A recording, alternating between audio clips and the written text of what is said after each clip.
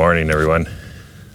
It's about 7 in the morning, about 10 after. Sun's gonna come up over the ridgeline here in about 5 minutes, and I've set myself up a composition looking towards the cliff face here at Bryce Canyon, so towards the west, so that as the sun comes up, I'm hoping to catch the light just dancing off the tops of the rock formations here, the hoodoos they call them, I guess. But I've got a composition full of spires and ponderosa trees. Honestly, I'm a little unsure about the composition, but I think it's good enough to stop and burn some film on. So I'm gonna go ahead and shoot it. It's just kind of a case where I want to be here to see the light and just kind of observe and see how things look in the morning sunrise light. And then maybe, depending on what I learn, maybe I'll have a better idea where to be tomorrow morning. But this is certainly strong enough to spend at least a couple sheets of film on, I think. So I'm set up and I'm focused. I'm just waiting for the light, which is going to be any minute now. And my current metered exposure here, it looks like my trees are sitting at about EV6, and the snow is sitting somewhere around 9. So dynamic range is just fine for just about any of the films I've got on me. But I'm going to shoot some hectare on this one though, because I'm expecting as the sun comes up, that dynamic range is going to go through the roof. So I'm just sitting here constantly metering the scene to try to keep updating my exposure settings. But right now it looks like I'm sitting at f32. That's going to put me at about 8 seconds, which I'm expecting that to completely change as soon as the sun comes up over the ridgeline. But yeah, so that's where it is right now. It's just kind of a waiting game. So absolutely beautiful morning here in Bryce Canyon though. So it's an absolute treat to be here. That's for sure.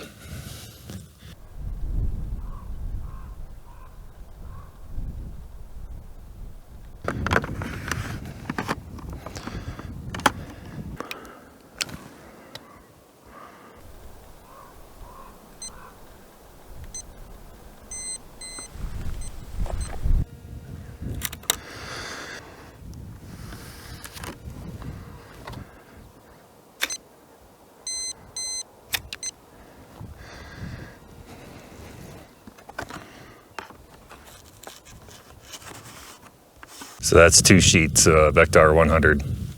First shot was very early, right when the sun was just coming up over the horizon, just barely starting to hit the peaks up here.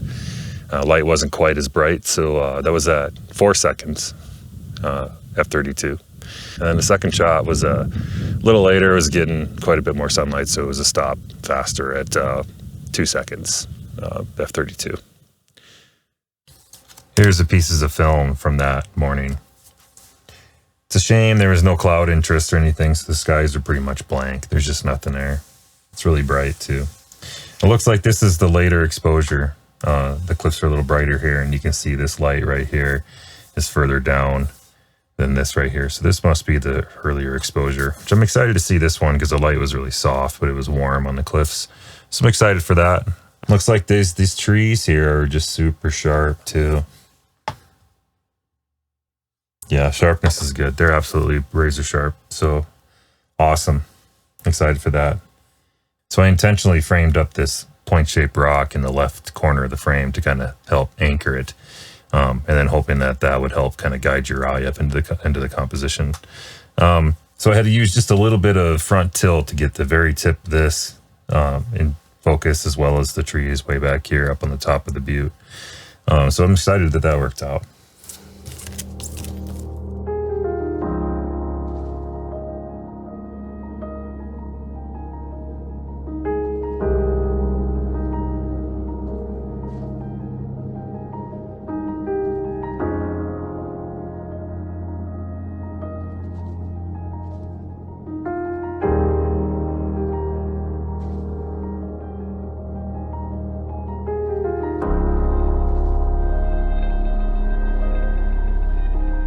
So I feel pretty good about this morning. I shot a couple sheets of hectare right at sunrise. I actually shot a couple sheets of Provia 100F later too. I didn't film any video on that though, because all these shots I've taken today have been on really popular trails. And this morning was, it was pretty early, so there wasn't a whole lot of people out there. But as the morning went on, the sun came up, there was more and more people on the trail. And I shot this one scene that was in kind of a little bit of a ravine on the main trail coming up the switchbacks, going up, I think it's the Navajo Loop Trail, I think. Really popular trail and really popular spot. And of course, I've got a really obvious camera. So this large format camera is quite a conversation piece. So I couldn't have filmed any video if I wanted to, because quite a few chatty people that wanted to see what I was up to. So especially when you got a big, funny looking camera with a dark cloth. So which was cool. It was great to talk to people. It's just hard to film like that. And I'm also really chicken when it comes to filming in front of people. So, but the gist of it is, it was just a shot going up kind of this nook that's that's off to the side. Had some pretty nice light coming in the top though. So it was, I was trying not to include that so it didn't end up overexposed in the photo. But everything was showing about a 3 to 4 stop range. So it should be well within Provia's limits. That's the first couple sheets of slide film that I've shot. So we'll see how those turn out when they come back from the lab. Here are the 2 Provia shots that I took on the Navajo Loop Trail. Spoiler alert, these actually turned out to be my absolute favorite exposures of the entire trip. This exposure looks like it's just slightly darker than that one, which is probably good because it's starting to push the highlights up here really hard.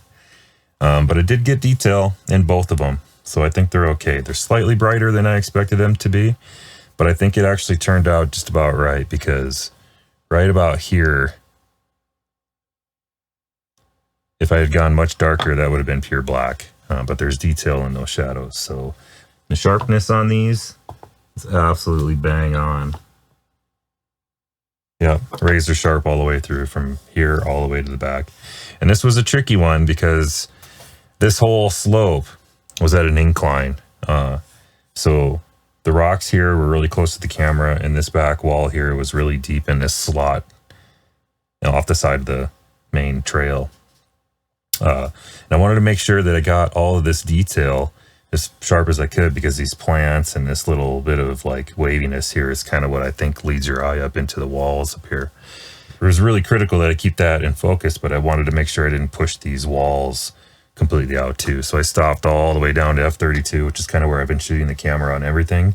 And then I used quite a bit of front tilt to make sure that I got this plane of focus traveling all the way up and through the back. And being stopped down as far as it was, it looks like even the back canyon wall is pretty, yeah, it's sharp. So absolutely blown away by that. That is just absolutely beautiful. To me, this is the payoff to shooting large format. Just seeing this on the light table like that is just an absolute treat. So very excited for these.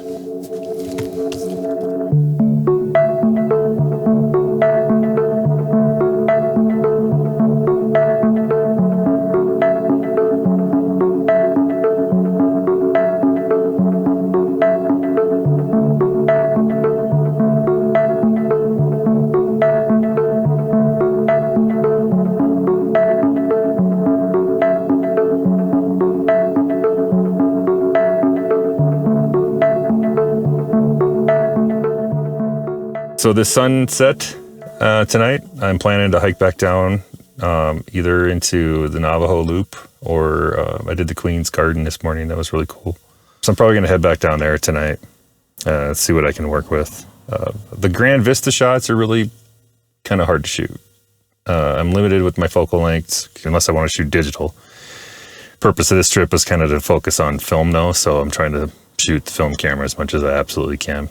And I only have one lens, so my 180 millimeter lens, and it limits my ability to really work with the Grand Vista shots, because the medium lens just kind of either doesn't get it all in, or it isn't quite tight enough to capture just details. So my tentative plan for tomorrow morning was to try to see if I can get a Vista shot for the morning, but then realizing that I don't have the lenses for it and the amount of people, I'm probably just going to skip that one for this trip. Maybe I'll come back with something a little more appropriate lens-wise to try to shoot that at a later date sometime. Yeah. Anyway, it's about time to grab some lunch. I'm going to find somewhere that's got some shade because the sun's been hot. Doing my best not to get a sunburn right now. Kind of failing a little bit. So.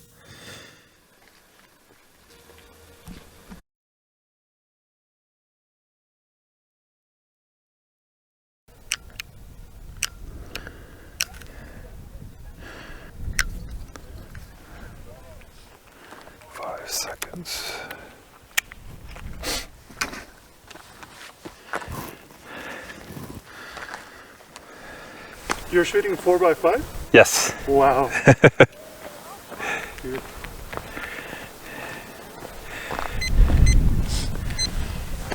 Look, he's shooting 4x5. Oh, nice. Oh, so cool.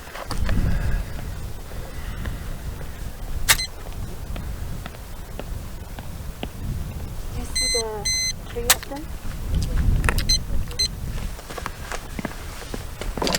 What's that? Hey. Okay. Awesome, awesome.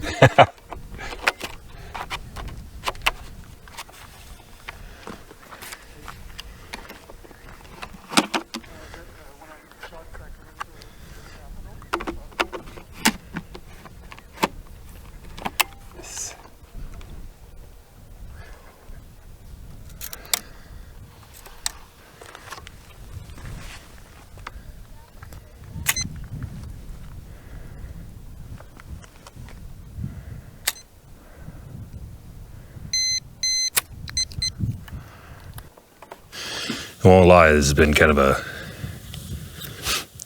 rough evening. My first composition that I went to set up on took me too long to set up, and I lost the light. So now I've set up on this little solitary tree down in a ravine. I don't know what it is about it, but it just kind of struck me as a interesting subject. It's just a singular little evergreen tree down here in one of the runoffs coming off of these. Off of one of these fins here. Looks super cool. The problem is my lens isn't quite long enough, so I may have to, we'll see how I feel about this when I get it back, but I'm shooting Provia 100F on this one. The sun's behind the cliff, so it's nice and even lighting down here. There's no, real dynamic range to speak of. It's probably 2 or 3 stops maximum. So pretty muted. But it's a cool photo. And I've had this one kind of on the back of my mind for the last 2 days now, since the first time I walked past it. And it has been, since I missed my first shot of the evening, I thought, why not just come up here and grab this one as a consolation prize. So, yeah. I did 2 exposures. Did first shot at 5 seconds, f32. Second one was 8 seconds, f32. Because the sun has gone down and it's gotten just a little bit darker in here too now, so. Yeah, hope that one turns out, because it's, I don't know, it just kind of speaks to me a little bit. Absolutely beautiful sunset back there too now. Earth shadow's starting to come up. Far Butte's starting to light up, but I don't even have anywhere near the right lens for that. So just gonna enjoy the show.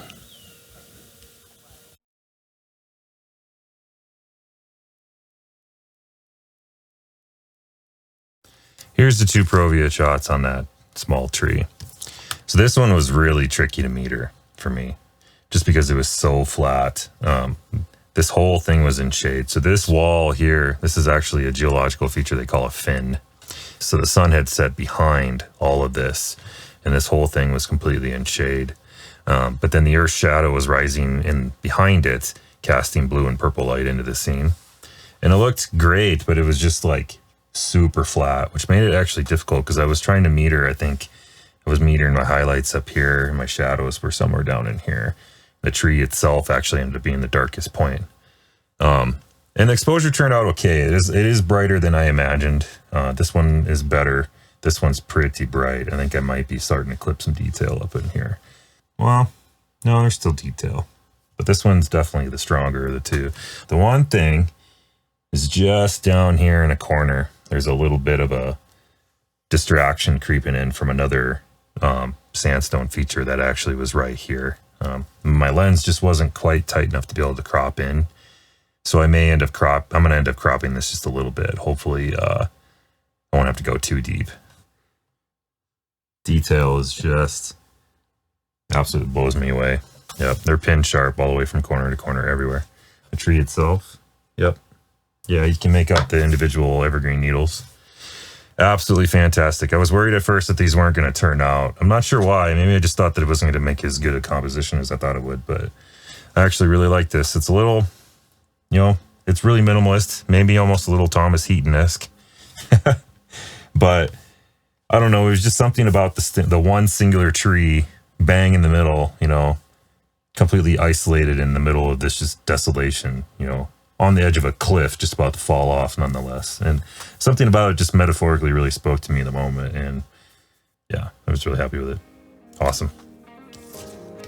So if you like this video and you wouldn't mind hitting that like button, that'd sure help the channel out and I'd really appreciate it. And while you're down there, maybe hit the subscribe button so you don't miss the rest of the videos coming in this series. And with that, I just want to say thanks again and hope to catch you in the next one.